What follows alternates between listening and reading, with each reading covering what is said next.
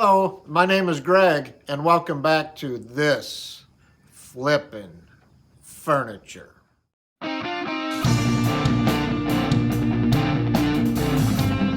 right, we're getting this furniture flip off pretty much the same way that we do all the furniture, and that is just taking a look at it, seeing what kind of shape it's in. You see this particular desk is pretty filthy. It's dirty. The drawers are not in real solid shape. There's quite a bit of repairs to be made to those. And now at about this point, I was kind of formulating a couple of things in my mind. I remember I had some door slides, so I walk over there, get the slides. I was thinking about one thing, set that in there, seen that they did not fit, so I do what every good furniture flipper does, fix my hat, think about what's going on. So at this point, I was just waiting for the furniture to talk to me. That's not really true. It's about 2 in the morning at this point, and I'm more so evaluating my life choices than waiting for the furniture to talk to me. Years ago, I had a desk pretty similar to this, a little bit larger, but the client was wanting a dog kennel, and I ended up actually making a really nice dog kennel out of that. But this time, I couldn't get a sign. Nothing came to me. Then I kicked the desk twice, and I realized that I could do this dog kennel. So I had the finished product in mind. I knew I was going to make a dog kennel. I just needed to work out some of the details. So I found this piece of plywood, and I figured I'd use that for the bottom of the dog kennel. So the desk is actually flipped over here, and I'm just clamping that down so I can get some rough measurements. And what I noticed here when I was looking at the plywood was there was a slight concave cut on that piece of plywood. So I grabbed my carpenter square and run it along the edge there, and sure enough, there was maybe a 1/4 inch, not quite 3/8, kind of concave edge on that plywood. So I'll show you here in a little bit the jig that I have for my table saw that I straighten these kind of warped boards or these curved boards.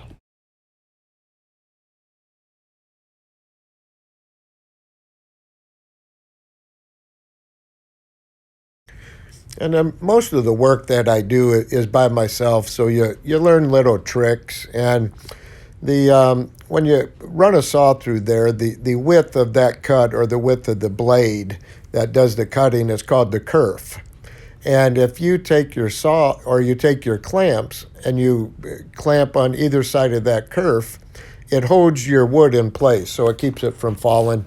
And that's a nice, handy little trick to have. All right, I know not everyone has access to a table saw, but what I wanted to show real quickly here is this jig that I made that I use to make sure that things are perfectly straight. So later you'll see I run this plywood through, and I have the blade right up against that piece of plywood, and then that piece of walnut sticking out is the width of the blade. So when I run this plywood through, it passes through the saw blade, and then the end that has already been cut rests right on that piece of walnut that is the width of the blade. So eventually it ends up cutting that concave curve out of there, and you end up with just a perfectly straight piece of wood. And the blade that I have in there now is 1/8 of an inch. So it removes 1/8 of an inch every time it passes through there. All right, I have the bottom cut to rough measurements, and I'm going here to get some final measurements. And I notice a couple of things. One, that middle piece stands a little bit higher than the two outside pieces, and also that bottom drawer is a fake drawer. So I just grabbed a piece of wood I had laying around, and I wanted to see where exactly I wanted that piece of plywood to sit, if it should be flush with the outside of that drawer or more with the side panels and that middle panel. So I decided to make it flush with the panels.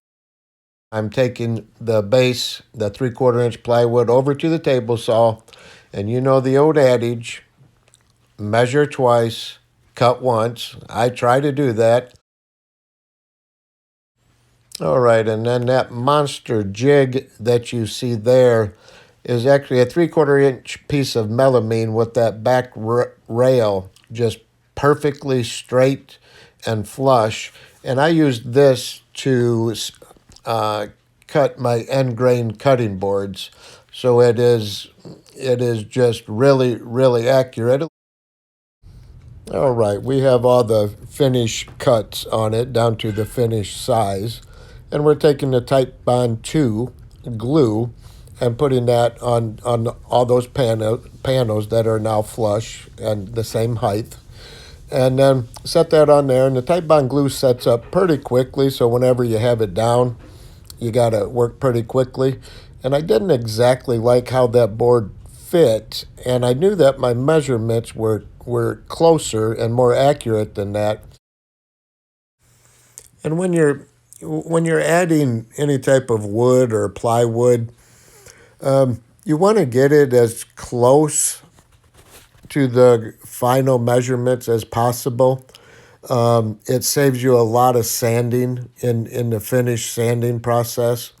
So here I have my brad nail, just getting it lined up the best that I could to make sure it's square and there's not any excessive sanding on one side over the other. So I just grab my brad nailer here and everything's looking pretty good.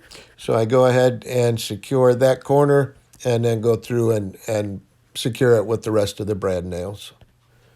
And here, since this is the bottom, I typically would not take the time to sand it, especially if it's plywood, but I can't remember what this piece of plywood was on before, but it did have a polyurethane finish on it. So I knew I was putting that base on there, and I wanted to get a good contact with the glue between the walnut base and this piece of plywood. So I wanted to sand off that polyurethane.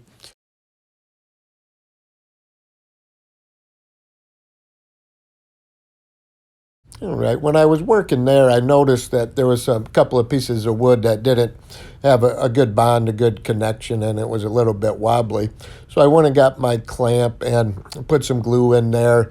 And if you don't have maybe a couple of good parallel clamps or a couple of good F clamps, if you can afford to, go out and get some. You'd probably be surprised at how much easier it makes the furniture flipping process. So I grabbed my bigger air gun, put a couple of nails in there, and those nails will hold that wood in place until the glue has time to set up and dry. And as I went through this piece of furniture, I didn't understand where all the nails came from. Somebody got a little happy with the brad nails, the finished nails. I couldn't really sand it down the way that I wanted to. It kept tearing up my sandpaper. So I actually originally planned on staining the top, but I couldn't sand it down far enough to get all the nicks and the cuts in the wood, sand it down to where it would look presentable. So I ended up painting the top. You'll notice I kind of hit myself with the hammer there. It's because I started to think the original way that I designed this wasn't going to work. So I flipped it over, and of course, that is the bottom there. And off camera, I cut out the side of that desk. And sure enough, right about here, I realize the original plans that I have are not going to work.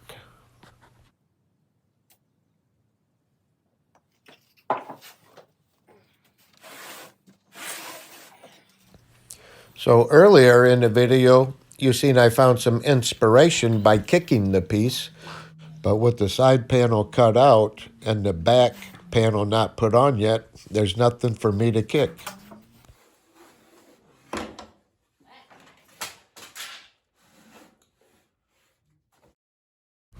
So there's nothing really more boring than sitting here watching someone sand. But I kept this footage in here because my original idea, it wasn't going to work. So not everything goes smooth in furniture flipping, and it's a good opportunity just to get some work done while you're trying to figure out what you're going to do.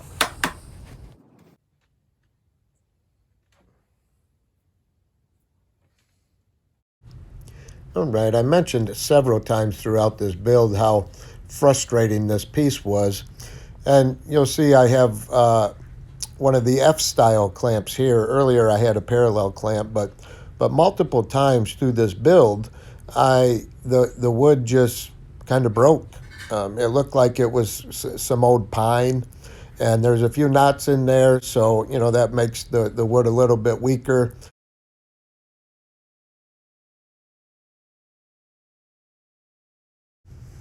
We're picking up here after I realized that my first design idea was going to be an utter failure. So I had a different idea in mind now, so I went and grabbed my chisel, and I had to smooth up these edges. In the final product, you'll see that I have some rebarb for the door, and then this side that I cut out, I filled those with rebarb. But I had to round those edges off. I had to work around the nails, and I had a little bit more control with my chisel rather than the sandpaper. So I grabbed my chisel and I kind of smoothed that out here. And when using a chisel, I like to cut out the edges and then come back and get the rest of the middle out. It seems like it lowers the tear out when you do it this way. And right there, that is a horrible idea when using a chisel, to have your hand sitting right in front of the way that you're pushing that chisel. These chisels are sharp. It'll cut right through paper, and all it takes is one little slip, and you got a pretty good gouge on your fingers. And once again, in 3, 2, 1.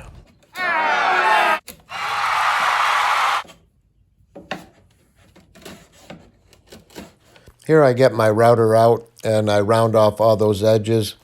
I just think routers are so dangerous. I don't like using them, but in this case I had to. But I did not include any footage on that. And talk about this right here. If we paint that just how it is, it just takes a lot of work to get it smooth like the rest of this. A lot of times in woodworking, to cover up the edges of plywood or rough surfaces, it comes in different types of wood. Since I'll be painting this, I really didn't look at the type, but this is the birch. It's fairly easy to put on, providing you have an iron. Each iron has, a little bit different setting. It's kind of the second to the top setting on this particular iron.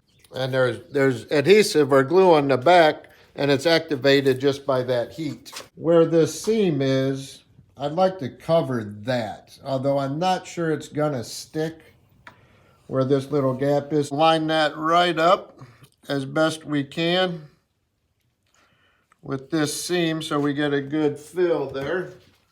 And just take your iron and just keep the iron moving. And then just give that glue time to set up once you get that done. A little block when you're done and just rub it along there. Go right over the edges.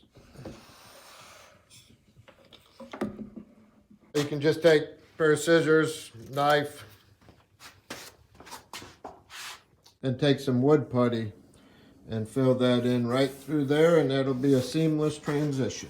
When it's time to cut this, I like to score one edge to prevent any tear out.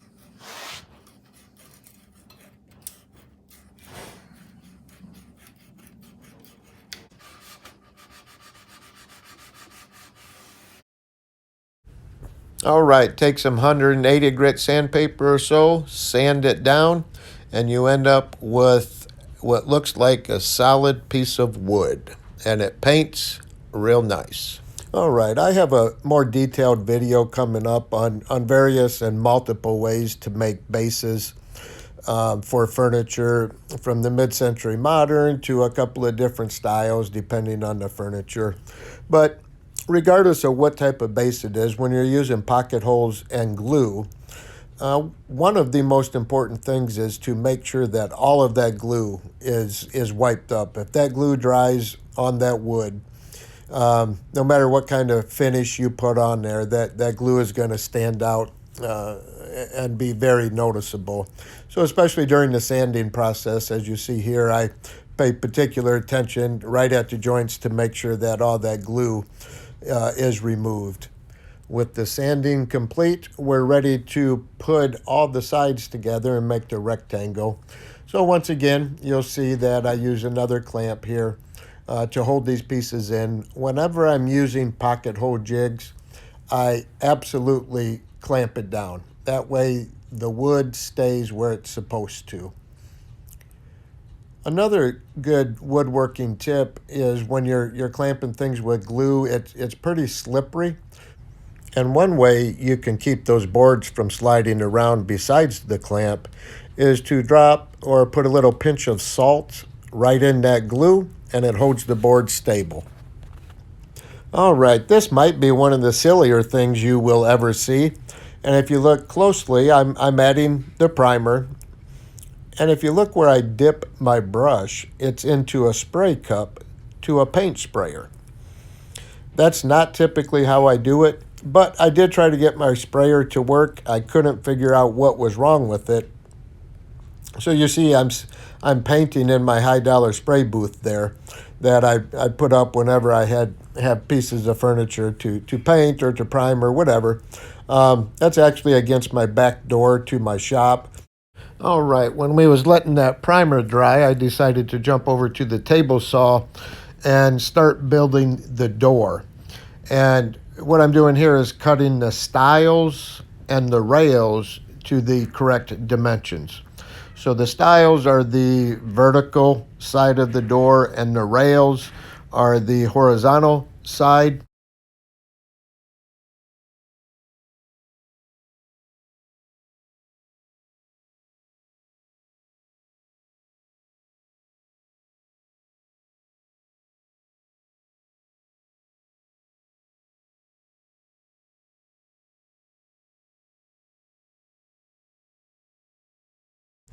With the stiles and the rails cut to final dimensions, this is where I realized earlier what wasn't going to work on this build. So I decided to kind of hollow out the middle of the stiles and slip them over the edge of the rails. And that jig that I have on my table saw, I'm actually clamping the top of that, which keeps that piece nice and straight. And I have the height of the table saw set to the same width as the rails, so it will sit in there nicely.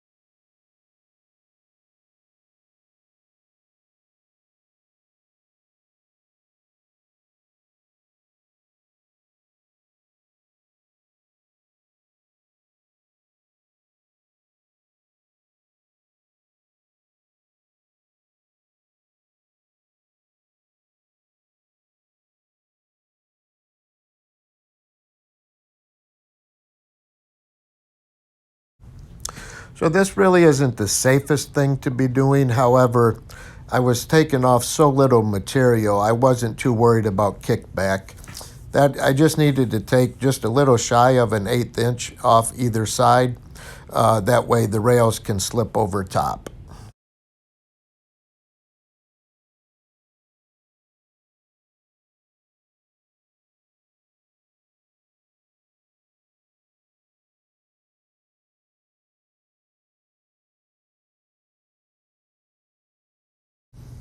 Right here, I'm just taking my chisel, squaring up those edges.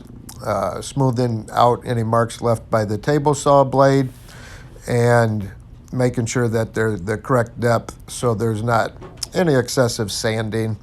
I also have my little square there, make sure everything's nice and square so the joints are tight. And I'll clean up all 8 sides just like this.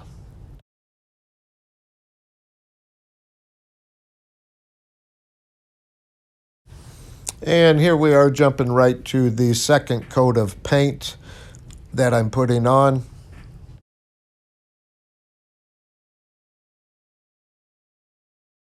Okay, and what we have here is just the second coat of Dixie Belle paint going on.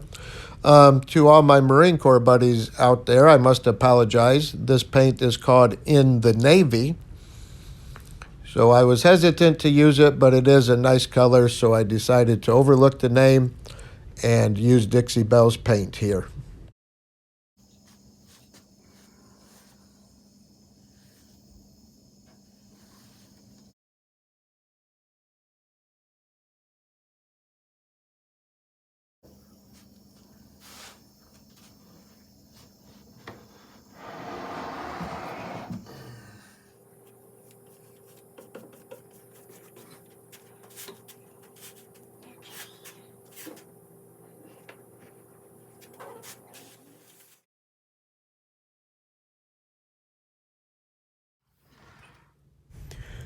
I have the desk on the side here, and you see off camera I painted the rebar black, taking a tight bond glue, and I took a Forstner bit and drilled out where that rebar would sit. And the important thing here is that high dollar glue spreader that you see, very crucial part of this process. But I'll just go ahead and at those hollowed out points along with the glue, I'll line all that up nice and straight and flush with the back side of that. Put in 3 screws along with that glue. It will hold it down nicely.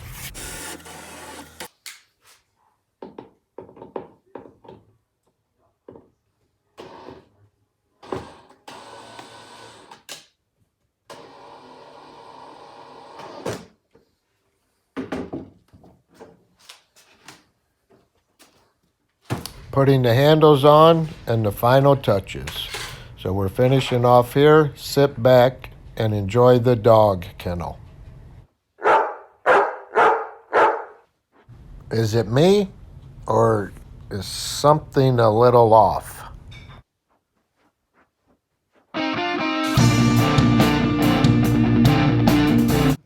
Thank you for watching today's video. If you would, hit the subscribe button down below.